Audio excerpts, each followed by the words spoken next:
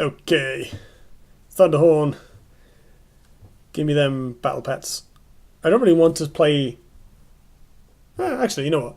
I was about to say I don't really want to play two drops on turn 1, but with Trinity Oath in the opener, maybe I actually do.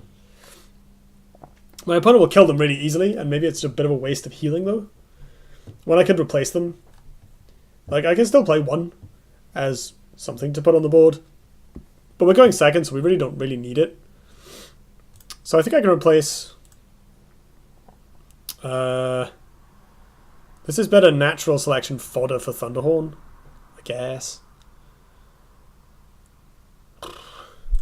But the Healing Mystic contests board more.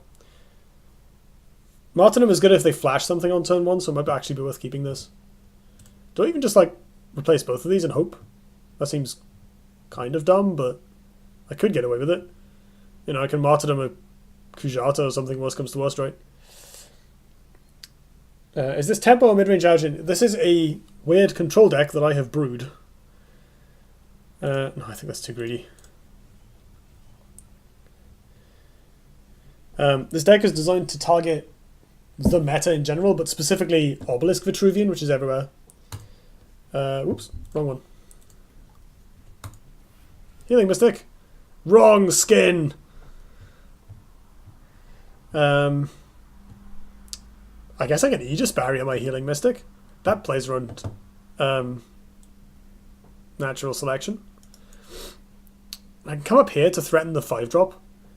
Or I can just come into the middle, or play it like here or something, and get the Holy Immolation going. That seems like a good idea. If I play it in reach of this, I play into Greater Fortitude, so I kind of want it on this side instead. Which is slightly awkward. Because if this comes to take a mana tile, I don't get to immolate it, only these, like whatever's here. But that's still probably good enough.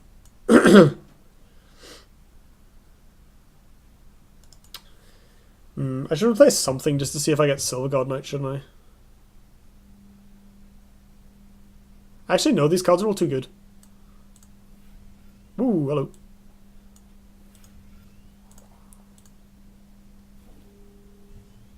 That I can replace. Cool. Ah, the only deck I play.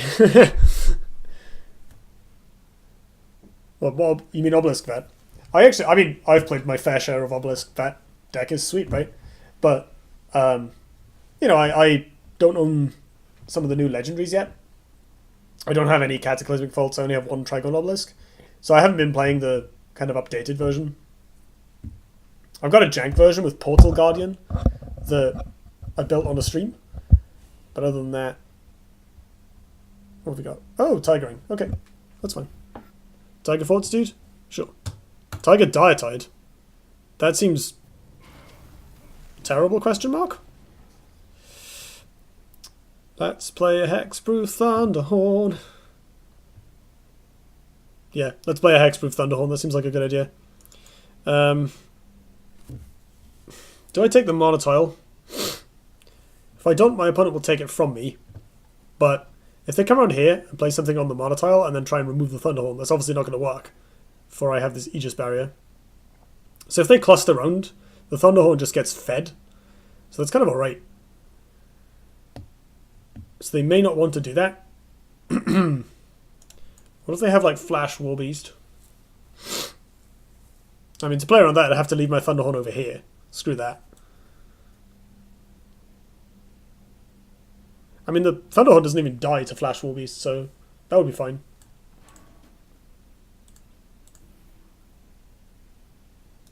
Oh, I can't hexproof it if I don't have the mana. Oops. That's fine. Like, I'll save this for something more annoying, like a Night Watcher. This already isn't vulnerable to natural selection, so... I'm going to sandbag this, so I can potentially take the mana tile and play Holy Immolation next turn. Sweet. Okay, there's the natural selection. Of course, I was playing around Greater Fortitude earlier and then totally forgot about it. Alright, this sucks now. Well, I guess we can Dispel. The Lightbend is actually quite good here.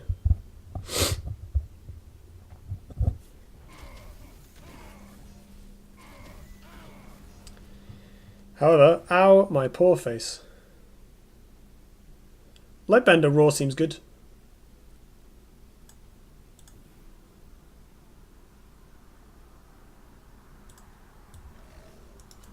I'm going to replace this because I need like stuff to do. That'll do.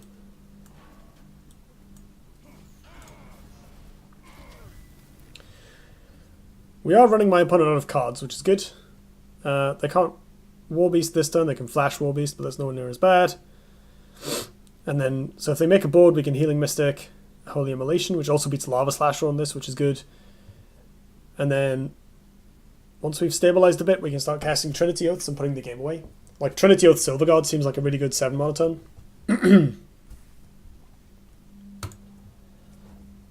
Oh, okay. That's reasonable.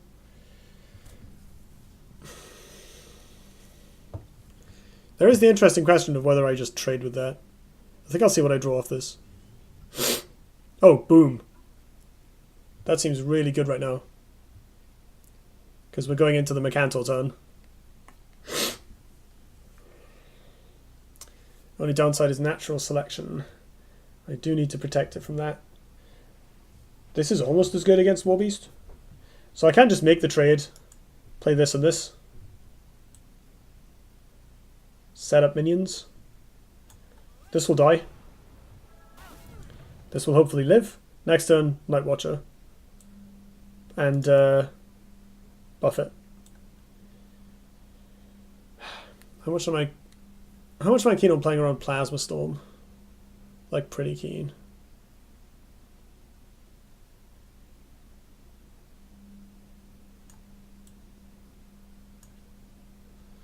But I actually just can't. Well, unless I want to not play the Healing Mystic.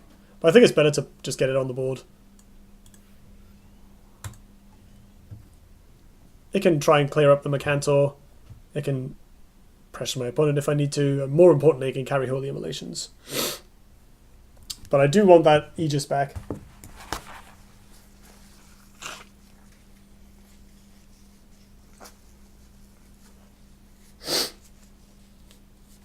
I feel like I could have done something better this game. Oh yeah, that's the other thing with like testing in gold or wherever else you are on the ladder. It does help you just get used to your own decks. Like, I have built plenty of decks that were more complicated than I necessarily realized when I put them together. Like, it's well easy to build a deck that you can't actually play perfectly or at all. We had this with some of the replaced decks. Like, they're so complicated that I definitely, like, was focusing on the wrong things and making misplays and all sorts of nasty stuff. Okay, this is fine by me. So we can play around the double natural selection. Oh, sorry, we can't play around double natural selection. We can play around single natural selection. I can play this in the middle and run away. Or I could just start drawing cards now. I wish I knew what to play in this game. It's been so long. I understand. I think Lionar, this faction, these guys are pretty easy to pick up. Like, their basic cards are almost always good. Your English is great, don't worry about it. Replace decks require a decent amount of luck. Well, they just require a decent amount of clunk, is the main problem with them. Like, Kron and White Widow are so slow. So I could just play this and run away from it. Make a 6/5 and back off. The Mercantor Warbeast would simply be out of range. We would potentially be sad to double natural selection, which is not really a risk. I think I could afford to replace this, but only in the name of Aegis or like Scintilla or something. I just want to be able to play another spell this turn or have something else to do. I guess that's not a huge need. Yeah, I think we'll do this. So this, we can play this here body block. It body blocks. And my opponent can't get at us with the Warbeast.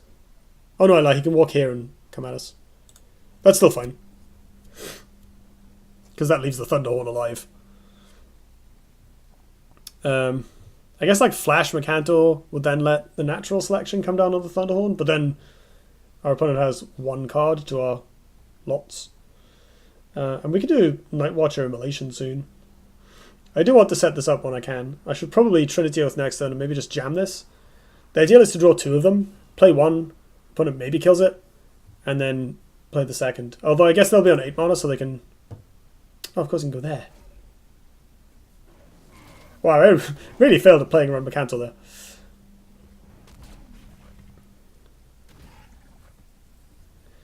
there. Right. So Night Watcher Immo is an option.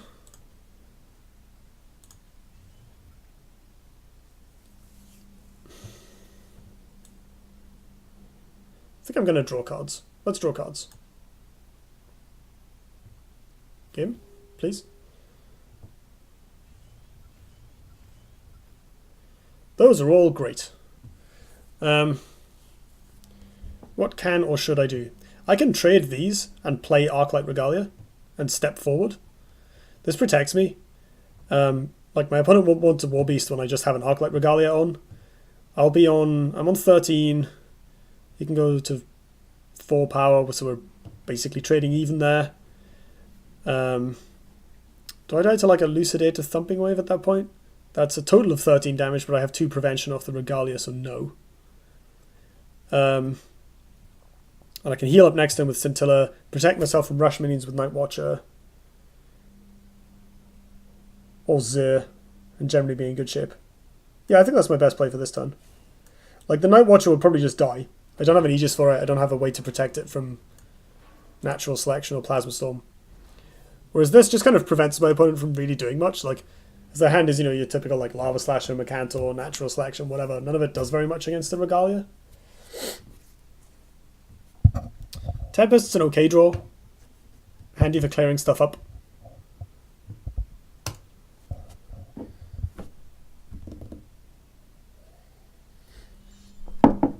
So the nice thing about this play as well is that it lets me Lightbender and hit him. So we can get some damage in with obviously the Regalia's prevention. Yeah, they're running away. Seems sensible. That is a weird line. That is ominous. Is that there just to put Thumping Wave on? That's probably there to put Thumping Wave on, isn't it? Where are my Aegis barriers? So I think I'm going to do Scintilla, Night Watcher, Raw now. That heals me. Obviously, I get the Night Watcher developed. It's protected from Natural Selection by this anyway. Drawing it protects it from Plasma Storm. The only thing we're missing is that Aegis barrier. Let's ship this Tempest to see where it leads me. Okay. Do I want to leave myself in attack range of my opponent? It might be good to do that, just to force them to back off slightly more. Like, projecting some threat seems like a good idea. If I go here, it forces them into the corner, which is advantageous. Like, I'm unlikely to die, because I'll have a whole bunch of power on board. And a whole bunch of health. Ooh. And of course, Mr. Night Watcher doing his protective duties. The nice thing about this as well is that, so this now doesn't die to Natural Selection and it doesn't die to Plasma Storm. So most people don't play Egg-Morph, so basically the only card that kills this now is Thumping Wave. And Thumping Wave doesn't kill it in the same turn. So I think, I guess like Blood Tear, Lava Slasher would do it. But like, for the most part, I'm basically safe from ranged units now, because if this dies, I'll have warning. In range of Drogon, ooh, good shout. Yes. Yeah, Drogon Cryptographer would be lethal here, wouldn't it? Thank you. Totally forgot about Drogon. It's been a while since I've seen that one in action. I might try and come up on Lightbender next turn. We can do Lightbender, Immolation, Attack, if my opponent doesn't do very much. And then if we draw Aegis Barrier, we can develop Grandmaster Zer in case they have Burst. And Zer with Aegis on doesn't die to anything, so we'll be pretty happy.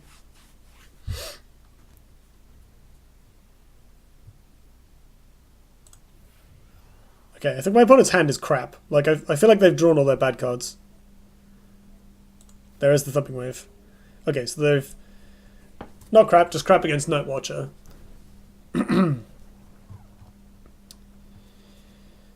So I can play this.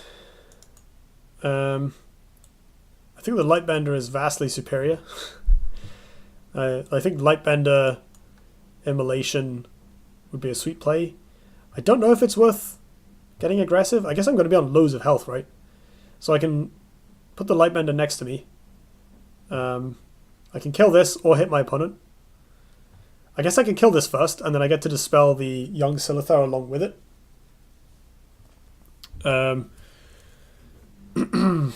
Is that too greedy? So my opponent will be on 3.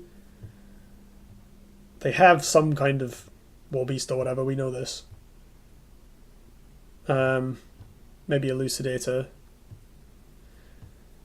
But if I dispel them and put them to low life, while also going to 19, I'm probably okay. Drogon Crypto is 12? So that's not enough.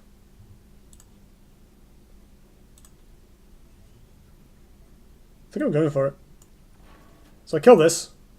Ooh. Drop the Dispel Hammer. Buff this. And I'm going to run Scintilla out to safety. Oh. Almost forgot to cast Holy Immolation. There we go. Yeah, that kills the thing. Perfect. Okay. So now they're on low life. I have a big hand. I have lots of health. I have lots of board presence advantage. I think we're going to win this game. Dragon Crypto is 14? Oh yeah, you're right. But 12 with the damage reduction. Sure. You have Macantord. Do we have lethal? No. Because I didn't go face last turn. I quite like the Immolation again, just to get rid of this in an efficient way, also pressuring my opponent. I think we could do Silverguard as a Herald. Actually, I guess Roaring is basically the same as playing the Herald, right? This is going to do nothing for a while. Ooh, we can make a Hexproof Silverguard. Or Scintilla, I guess. That plays around natural selection pretty well, actually. Yeah, so we do this. Let's draw a card just to make sure we don't get anything better. Sure. We do this, it goes boom. We roar it. Heal ourselves. Pretty sure it is now worth getting in that damage, even though it costs a Regalia charge. Go. Do you guys know a good website for decks? As in to find deck lists or to build decks? If you want deck lists, Bagoom.com, B-A-G-O-U-M, has a tier list, which is kept reasonably up to date by a bunch of... They basically like this survey like good players or people that are known. And they have a couple of articles as well, once in a while. I'll just paste that in. I think that's about it. Like, there's a couple of sites that provide articles, but they are old or not updated very often. I actually wrote for one. It's called 9 Moons, 9moons.gg. But sadly, I'm basically the only one who contributes to it nowadays, and I've been mad busy because I changed job and was slightly. I started working on something and I ran out of steam a little bit, got some writer's block. Fell victim to the old burnout, so I haven't updated it in a little while. But if you want to learn some fundamentals, I've got some pieces up there.